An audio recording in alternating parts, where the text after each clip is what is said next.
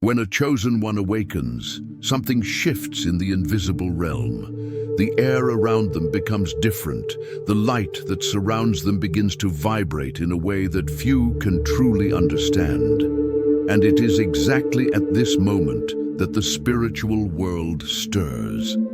Because the demons that dwell in the lowest frequencies of existence can instantly sense when a soul breaks free from the ordinary pattern and begins to shine at another level. To them, a chosen one is not just a human being. They are a living threat, a constant reminder of what those entities lost when they turned away from the light. If this message awakens something within you, do not ignore it. Like this video and subscribe to Alma Desperta so your light can join others who are awakening across the world. When a demon looks at a chosen one, it doesn't see flesh and bone, it sees fire. A fire that consumes it from within, that irritates it, that forces it to recoil, yet also tempts it to extinguish that flame. That is why so many chosen ones feel that life seems like a constant battle, even when there's no apparent reason.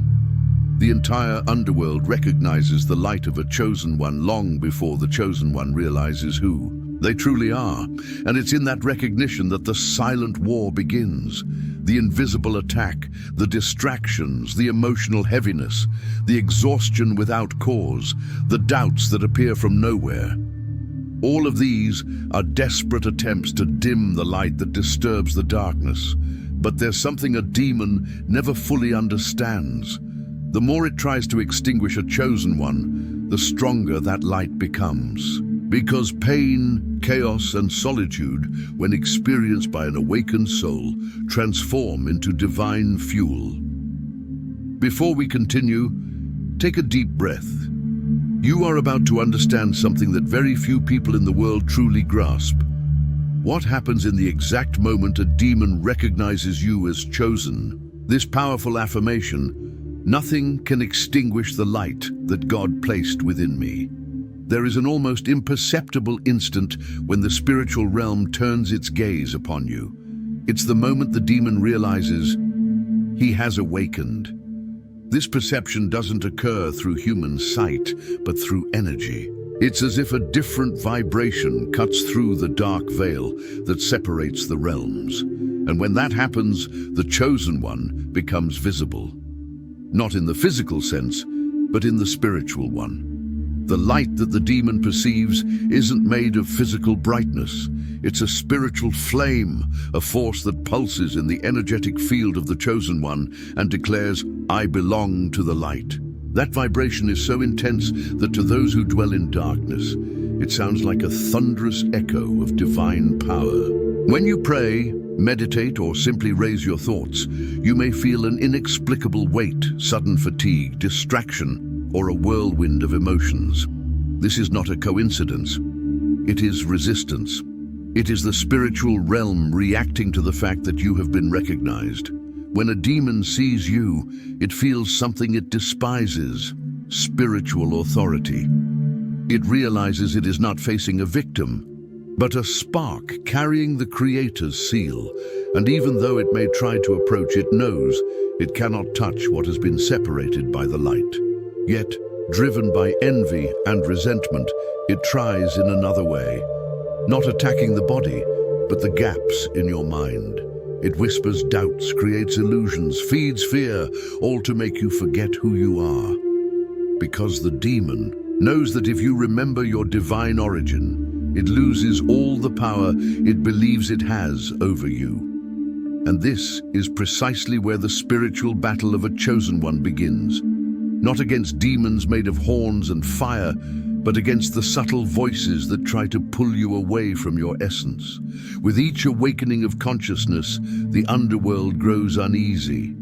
But the more you align with the truth of your spirit, the more invisible the traps that once held you become. If you feel you have already been recognized by the spiritual realm, comment, "I know who I am, and I will not turn back." When a demon sees a chosen one, it confronts a painful truth.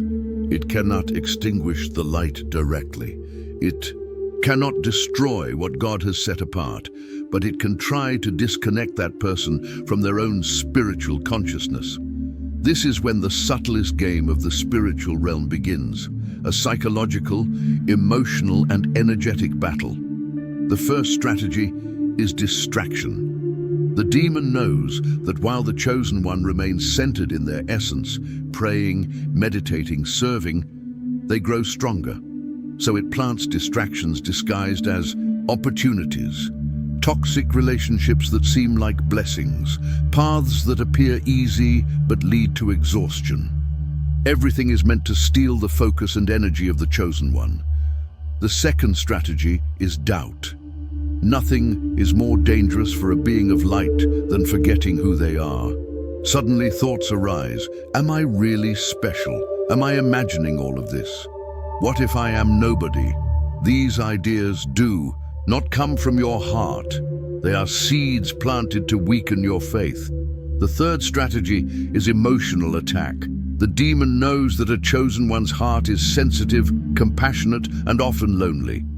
It provokes rejection, misunderstanding, and even betrayal from those close to you, not because it can control them, but because it seeks to wound the heart of the light. Not because it can control others, but because it knows that emotional pain is one of the most effective ways to lower someone's vibration. The fourth strategy is energetic weight. Have you ever felt that inexplicable fatigue? That sensation that everything is heavy, that something invisible is draining your strength? This is the spiritual realm reacting to your light. The brighter you shine, the stronger the resistance becomes. But do not be mistaken, this weight is not a sign of weakness, it is a sign of impact. These strategies are desperate attempts because deep down, the demon knows it cannot touch what is sealed by the Creator. It can only try to convince the chosen one to extinguish their own flame. Yet every attack that does not bring you down transforms into spiritual muscle. You grow stronger, more conscious, more aligned. And this is exactly why, even in the hardest moments, you feel that silent strength within you. It is your spirit reminding you, you are not alone. Keep going. The demon does not fear the appearance of a chosen one. It is not the voice, the face, or the words that terrify it. What it truly fears is what lies beneath. The awakened consciousness of someone who knows who they are. While the chosen one lives asleep, lost in the distractions of the world, the demon observes in silence. It takes its time, feeding chaos and doubt. But the moment this person awakens, the game changes completely. Now they begin to see. They recognize patterns, spot traps, perceive energy in environments, and understand the power of their own presence. The demon's fear arises from remembering what it lost. It knows what it is like to live in the light and that it can never return. When it sees an awakened chosen one, it relives the pain of the fall, that eternal sensation of being separated from the divine presence. It is as if the light of the chosen one burns it, reminding it of what it can never possess again. But there is something even deeper. An awakened chosen one is a living key. With every step towards spiritual consciousness, they release light that enables others to awaken as well. And this is what the demon fears most, the chain effect. Because one awakened chosen one awakens others. When many begin to vibrate at the same frequency, the dominion of darkness weakens. That is why the more you awaken, the more the spiritual realm stirs. More resistance arises, more trials appear, not as punishment, but because your energy begins to generate impact. You become like a torch in the midst of darkness, and the shadows cannot withstand it. The demon fears an awakened chosen one because it cannot control the light they carry. The demon can no longer control a chosen one because true power comes from within. When it cannot extinguish their light, it tries to distort their purpose, planting doubt, fear, and distraction. Conflicts and isolation may arise, but these challenges refine the spirit and clarify the calling. The chosen one's purpose, to heal and awaken themselves and others, cannot be destroyed. Even when Delayed, it grows stronger, like a seed taking root. Every attack only strengthens the spirit, and eventually the divine mission blooms, unstoppable and immune to the enemy's interference. When a chosen one awakens, the demon realizes it can no longer reach them. It feels rage, impotence, fear, shame, and ultimately defeat as the light of the awakened one exposes its illusions and failures.